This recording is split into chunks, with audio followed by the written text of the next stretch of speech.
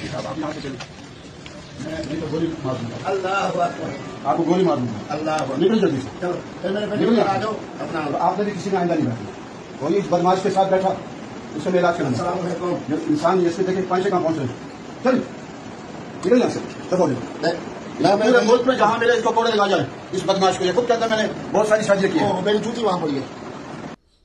مذہبی پیشوا جو دینی لیڈر بنے ہوئے ہیں ان میں یہ خود بھی شامل ہیں۔ مولانا صاحب یہ تحفظ ناموس رسالت والے جلسے میں تقریر فرما رہے ہیں اور لوگوں کو نبی علیہ السلام کی عصمت کے بارے میں بتا رہے ہیں، اور خود شریعت کی کس طرح یہ دھجیاں اڑانے کی کوشش کر رہے ہیں۔